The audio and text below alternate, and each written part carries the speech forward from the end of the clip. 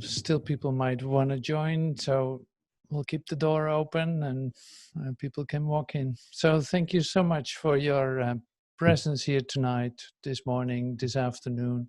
Thank you so much for being here with me.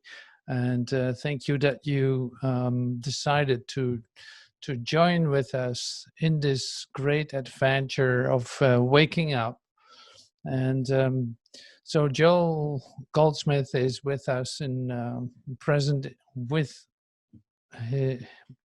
his presence, and also with the book Rising in Consciousness. So today, this is the 6th day, so to speak, of the lecture. He's talking about that, like "Be a Beholder" is the title of the chapter. So this is the 6th day, and after that they will have a day of rest, just like we do.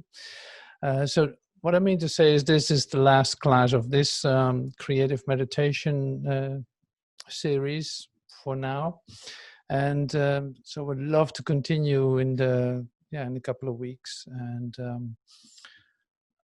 so be a beholder. That is the something you'll have to realize, like, be a beholder. So we're going to use that in this meditation. So I'll do a short introduction to this meditation. Then I'm going to recite some of expressions actually of Jesus to support our meditation in such an incredible way. Like, that is so beautiful what I'm gonna share with you. And then we will be quiet. We will be still, become still, just like we can already start doing that now. So you become still, you start to relax, you let go of what happened before, you breathe, you relax, you let everything be for now. Just let everything be for now. Yeah, so sit back and relax and let this just happen to you. Let yourself be affected by it and open your consciousness up as much as you can. Like, literally practice being a beholder, being a witness to what's occurring. And Joel compares it to like looking over someone's shoulder, being busy with the things of the spirit. Like, be a beholder, check it out, what's occurring. So that means also step back out of the doing, but allow something to occur to yourself and see that there's a whole new way of looking at all things available for you. You can literally see spirit at work, or you can literally come in touch with feeling that there's only one principle called love. So, and Joel's put this really nice also in terms of, he actually asked one question. It's like, I wrote it down. It's really great. Like, what is a necessary part of your experience? What is it that you need in your experience right now? So you can still enjoy good food or company of some people that you love. Absolutely. But what is it that you actually need as what is your necessity for your experience of yourself? What is the real thing that you need? And then it's like, you cannot give an answer to that immediately. So no, it's more like, no, we're going to open ourselves up to have that be revealed to us. Like, show me what that is, what is my necessity here? Show that to me, because I would love to experience that. And that is seeing spirit at work, and seeing that there's light and love helping you out, literally filling in the blanks for you, the parts that you leave as a blank, that you don't fill in your own specific way.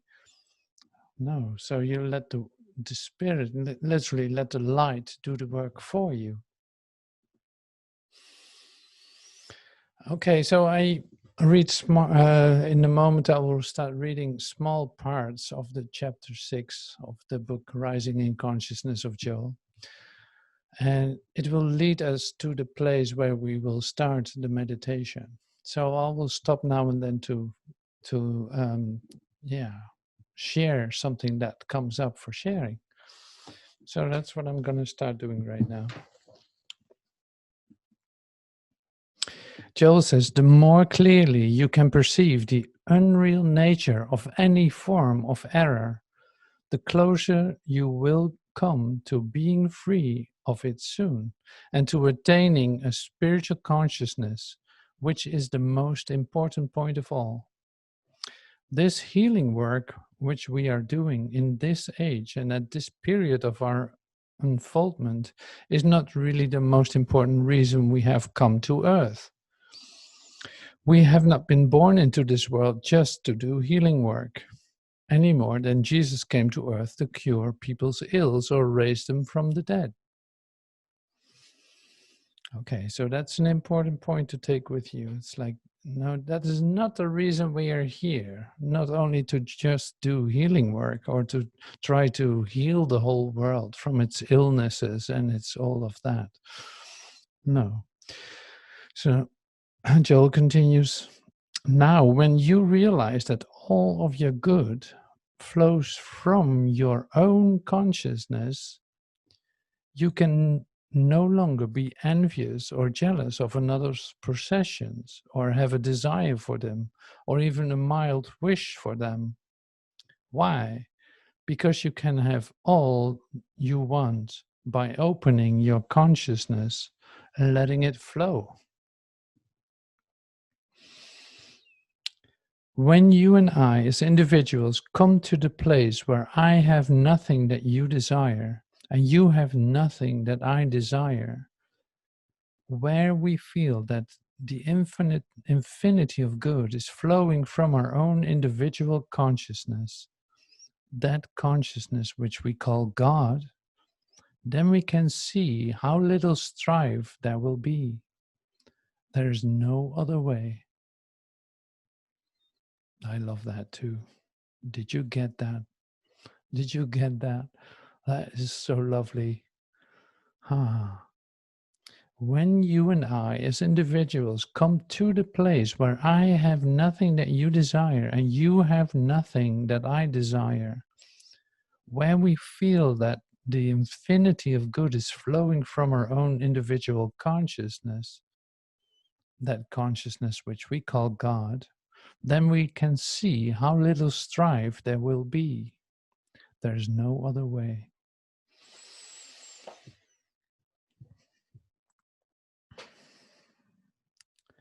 And here's the crux of it all. Seek ye first the kingdom of God and his righteousness, and all these other things will be added unto you. This is being a beholder. This is being a beholder. And he continues. Now, we are not going to use our physical or mental work as a springboard for our good. We will use our spiritual unfoldment, our spiritual consciousness, and we will do it in this way and watch it closely over the weekend, he says. Be a beholder. Watch as if you were looking over your own shoulder as to what God was going to bring to pass in your experience. The God that is right where you are. Watch everything that you do, everything that you hear, everything that you are thinking. The God that sits at the center of your consciousness knows all that is going on. And we are sort of watching over his shoulder to watch God appear in form and unfold as our experience. To illustrate, God is not something separate from the form in which God appears. God is the substance and essence of that form. How is that? So I'll stop here for just a moment. So he is bringing us to a very specific point. Like, okay, so actually you have a possibility here to see, literally to see what is going on, what opportunity you have to realize how it actually works that God manifests itself in form. Because that always seems to be a bit of a difficult point, it's like, yeah, God doesn't know anything of this world. No, but there is something like that you don't want to miss out in seeing as a manifestation of spirituality, like of spirit, like a manifestation of spirit that is given. You don't want to miss out on that. So Joel gives a couple of really to the point experiences that we as a group literally can experience like that, because he shares this example in the group about the group. And I'll continue that because it might make something clear for you. So you can ask yourself, God has brought this group together. God has brought this group together. That, in my language, would be separation and duality. It would not be correct, Joel says. God has not brought this group together. But here it is. God has appeared here as this group. God has unfolded itself to me as this class. There's not a God and this class. And there's God appearing as this class. Likewise, God has not sent to you a practitioner or a teacher. God is now appearing to you as a practitioner and a teacher. There's no separation between God and me. God has not sent me. No, God appears as me. God has not sent you to me. No, God has appeared before me as you. And that is oneness, not duality. That is so great. That's so lovely put into words by Joel. So that is exactly how that is. And that's how I mostly try to express it too, is this is coming from the direct experience of it. It is not something that you are being called to do. Yeah, it's not that you have an assignment to do this. No, it's literally when you come into that experience, it's like God is manifesting itself through you, as this group. Like it is direct. There's no separation. No, it's so close and one that you cannot distinguish yourself from it. So we all have an equal part in this manifestation. And I think that Joe really gets it here. Like he puts his finger right on it. And it's so nice to actually have that be revealed to you. It makes things simpler to feel what is going on. Like, don't forget what we are doing here. And not as like, oh, look how holy we are. No, not at all. More like the principle of this is God appearing as this form. And I am the beholder of that as well as the participant in it. Whether I appear as a student, whether I appear as a practitioner or a teacher, there's no difference in that. Like it is literally God appearing as. So there's no part of it that doesn't belong to it. And there's like an all-inclusiveness in it that is, yeah, you have literally nothing to say about that. You will not be able to change that. So this is then directly also being the manifestation of light into this world. It's like if you take this principle with you, if you take this as your own experience with you, you're literally are going to be become the beholder of this revelation to you wherever you go. Like it is not only during this half hour of meditation. Now you literally take this with you wherever you go, and everyone is included. It is just for you to become free as a beholder, like literally open yourself up as much as you can to have that be revealed to you, no matter what you're doing, no matter where you're going, no matter in what situation you are. Like this is always with you, and that's why it's so, yeah, you can't, like it is hard to realize that that there are no exceptions to that. Like and when I speak for myself, like you still look for places where it isn't, like exceptions out of this, and this has literally no exceptions. So that is the yeah, a bit of an assignment that you walk around with, to have that be revealed to you no matter where you go. I love that. I love that. So this is really nice that Joel shares this with us in this moment, just before we get started with our meditation. And the meditation is going to be like, I'm giving you sentences starting with I, and they're so lovely and so comforting, basically. So see that as the manifestation of God as you, in you. That's where it is centered, so to speak. But see, centering is difficult if all is one.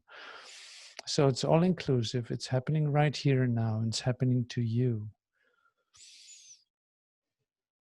All right. Well, thank you.